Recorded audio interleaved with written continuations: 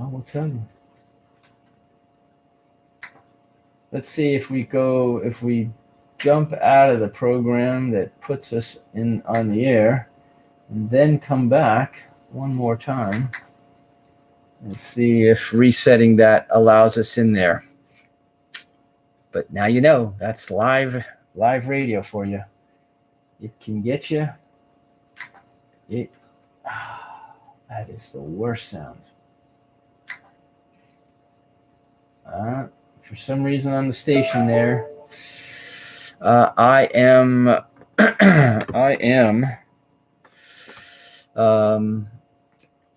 looks like I'm off the air. Somehow we got knocked off the air there, and not letting us back on. What can I say? That's what happens when the radio gods don't do it. But anyway, I am going to, and it's funny, it's more phone calls coming in, probably to let me know that I'm off the air. But if I go over there and I talk to them, then I definitely won't be on the air. And so let's see what happens.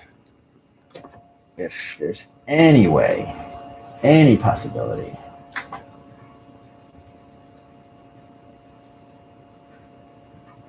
It's not happening. It's not happening. So I hope you guys are having a better TGIF Friday than I am here on the air. And well, now we got the station calling in. So if I drop you guys, I'll bring you back as soon as I fix this problem. Hey, Richard. Hey, this is actually Dan. Richard's next to me, but are you okay?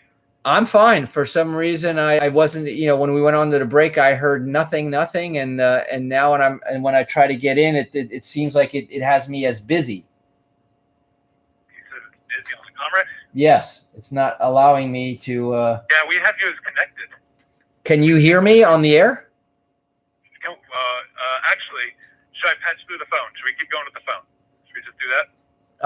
Okay, it just keeps me from being able to do the Facebook Live, but that is fine. But so you do or do not hear me in Comrex? To save the show today. Pardon me? I think that's the best way to save the show today. Okay. All right. Well, we'll finish it up there. All right, I'm patching you through.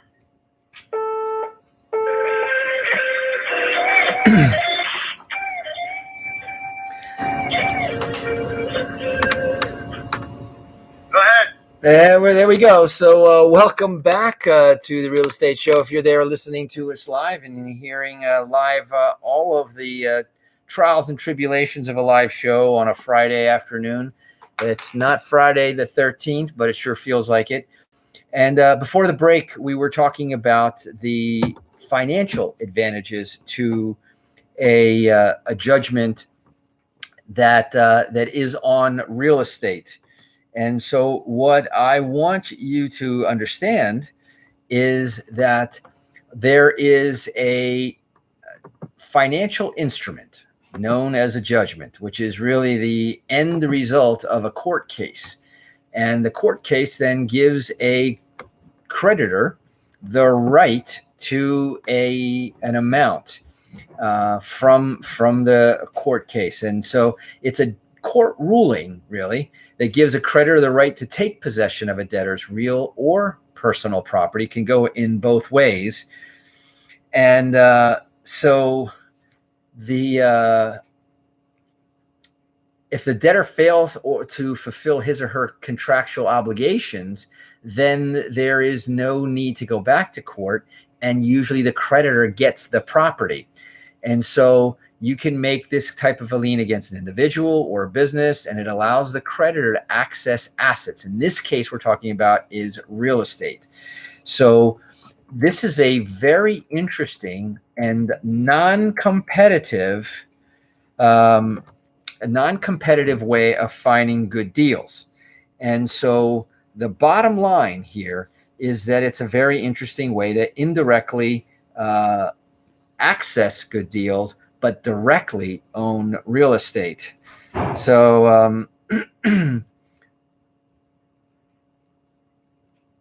I'm just trying to block as many of these phone calls. It seems like everyone likes 5 o'clock to call. So these liens, again, it's a one-way deal now. They have to fulfill, or they lose out.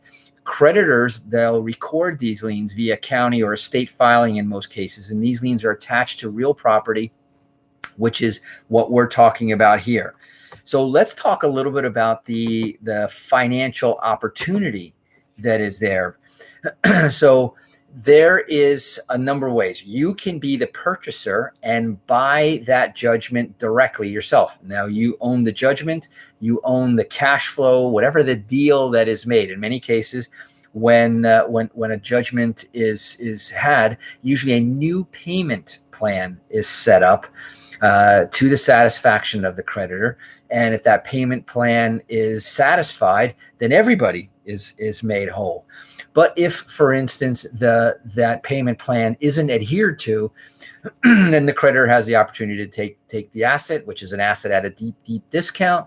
And so no matter what, the investor is made whole.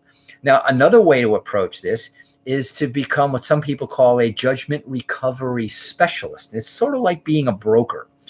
You either keep a percentage of the money that you recover from the judgment, or you buy the debt for a certain number of a certain percentage of cents on the dollar, and then you keep everything that you collect at that point.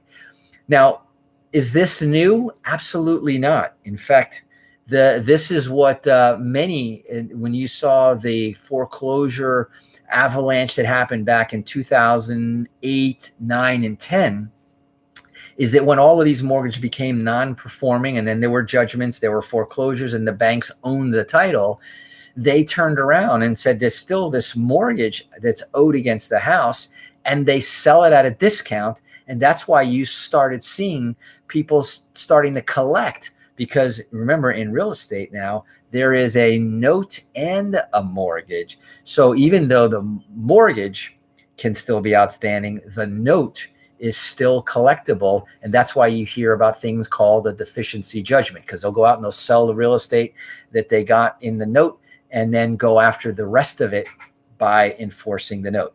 Anyway, that's our wrap up for this week. That was our topic for the entire week. If you want to get more information, remember 561, write this down, plug it in your phone, 561-861-2366. Text the word judgment there, 561-861-2366, to get the rest of the information and check out more about this opportunity. Well, that's it for me. TGIF until Monday. Thank God it's Friday. Thank God it's Florida. Drive safe, and we'll see you then. Bye-bye.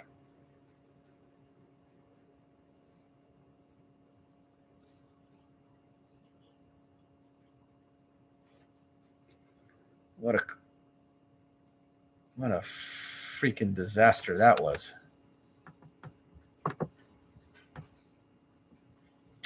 Chalk that one up to no good.